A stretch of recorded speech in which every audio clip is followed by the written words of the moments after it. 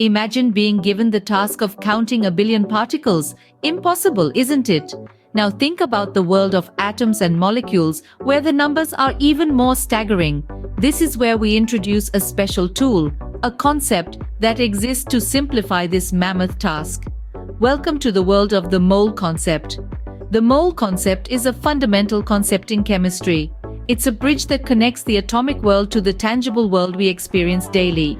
It's like a translator, taking the language of particles and translating it into a language we can understand and measure. This concept is vital in chemistry as it provides a way to count particles at the atomic and molecular level. It's like a magic key that unlocks the door to understanding chemical reactions, molecular formulas, and stoichiometry. So, how do we make this counting easier? Enter the mole concept. The journey into the heart of chemistry begins here, so let's dive in. So, what is this mole we're talking about? No, not the animal. In the world of chemistry, a mole isn't a small creature that burrows underground, but rather a unit of measurement. It's a way for chemists to count entities, just like you'd count eggs by the dozen. But instead of 12, a mole is much larger. To be precise, 1 mole equals Avogadro's number, which is a whopping 6.022 times 10 to the 23rd power. That's a 6 with 23 zeros following it. Now, you might wonder why such an enormous number is useful. Well, let's borrow an example from the renowned Indian physicist H.C. Varma to illustrate. Imagine you're at a bakery and you want to order some cupcakes. You wouldn't say, "I'd like 6.022 times 10 to the 23rd cupcakes, please." That's just absurd. Instead, you'd say, "I'd like a dozen cupcakes." The baker immediately understands that you want 12 cupcakes. Now let's take this to the chemistry lab. When a chemist talks about atoms or molecules, they don't say, "I have 6.022 times 10 to the 23rd atoms of oxygen." Instead, they say, "I have a mole of oxygen atoms." It's just a simpler, more efficient way to speak about incredibly large quantities. But remember, the mole doesn't tell us anything about the mass of a substance, only the quantity of entities like atoms or molecules. The mass of 1 mole of a substance in grams is equivalent to the atomic or molecular weight of that substance, expressed in atomic mass units. But we'll delve more into that in the next scene. So, in a nutshell, a mole in the context of chemistry is a unit for counting entities. It's a shorthand for saying 6.022 times 10 to the 23rd, much like a dozen is a shorthand for saying 12. So a mole is just like a dozen, but instead of 12, it's 6.022 times 10 to the 23rd. What does this gigantic number, Avogadro's number, have to do with the mole? Well, let's dive right in. Avogadro's number is an incredibly large number, 6.022 times 10 to the 23rd power, to be exact. This number is fundamental in chemistry because it is the bridge between the atomic and macroscopic worlds. But how does it relate to the mole? Let's think of the mole as a unit. Just as a dozen represents 12 of something, a mole represents Avogadro's number of something. So when we say we have a mole of atoms, we mean we have 6.022 times 10 to the 23rd power atoms. That's a lot of atoms. To give you an idea of how massive this number is, if you were to count out Avogadro's number of standard-sized paperclips, you would end up with enough paperclips to reach from Earth to the Sun and back over 100 million times. Now, that's a lot of paperclips. Let's illustrate this with an example from the insert textbook. Consider a mole of carbon. 1 mole of carbon means we have Avogadro's number of carbon atoms. And since each carbon atom has a mass of 12 atomic mass units, 1 mole of carbon has a mass of 12 grams. This relationship between the mole, Avogadro's number, and atomic mass units allows us to easily convert between the mass of a sample and the number of atoms it contains. So Avogadro's number is not just a big number. It's a fundamental constant of nature that bridges the gap between the atomic and macroscopic worlds. It allows us to count atoms by weighing them, and it turns the mole from a simple unit into a powerful tool for understanding the world around us. So, when we talk about a mole, we're really talking about 6.022 times 10 to the 23rd power of something. Quite a handful, isn't it? But that's the beauty of chemistry, making the unimaginably large and the infinitesimally small understandable and relatable. Now that we know what a mole is, how can it help us in chemistry?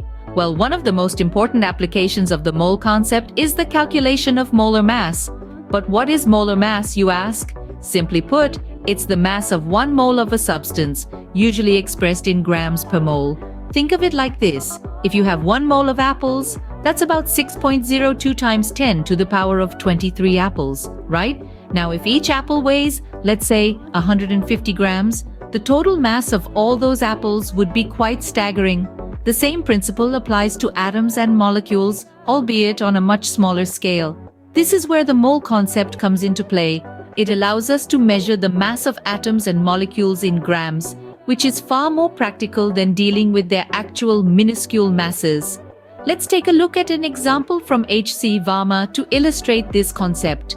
Suppose we have 1 mole of carbon atoms. We know that the atomic mass of carbon is approximately 12 atomic mass units, or AMUs. So the molar mass of carbon, which is the mass of 1 mole of carbon atoms, would be 12 grams per mole. This means that if we have 1 mole of carbon atoms, it would weigh 12 grams. Isn't that fascinating? We can actually weigh atoms using the mole concept. But don't think that molar mass is limited to single elements. It can also be used to calculate the mass of molecules. For instance, the molar mass of water, which is made up of 2 hydrogen atoms and 1 oxygen atom, is approximately 18 grams per mole. So the mole concept not only allows us to count atoms and molecules, but also to weigh them. It's like having a molecular scale at our disposal. And there you have it, the concept of molar mass, a key tool in the world of chemistry. So, using the mole, we can actually weigh atoms and molecules. How does the mole concept apply to chemical reactions? Let's dive right in. The mole concept is a powerful tool when it comes to balancing chemical equations. You see, in the world of chemistry, reactions don't just happen willy-nilly. There are precise ratios of reactants that combine to form products, and these ratios are determined by the number of moles of each substance involved. Think of this like a recipe. If you're baking a cake, you can't just throw in any amount of flour, sugar, and eggs and expect a perfect result. You need specific quantities of each ingredient. Similarly, in a chemical reaction, you need specific quantities of reactants to get the desired products. And this is where the mole concept comes into play. Consider a simple reaction like the combustion of methane, represented by the equation CH4 plus 2O2, CO2 plus 2H2O. This equation tells us that 1 mole of methane reacts with 2 moles of oxygen to produce 1 mole of carbon dioxide and 2 moles of water. The coefficients in the equation are indicative of the number of moles required for the reaction. So, in essence, the mole concept allows us to balance chemical equations by ensuring that the number of atoms of each element on the reactant side equals the number of atoms of that element on the product side. Let's take another example from our insert textbook. In the reaction of hydrogen with nitrogen to form ammonia, the balanced equation is N2 plus 3H2, 2NH3. This tells us that 1 mole of nitrogen reacts with 3 moles of hydrogen to produce 2 moles of ammonia. Again, the coefficients in the equation represent the number of moles of each substance.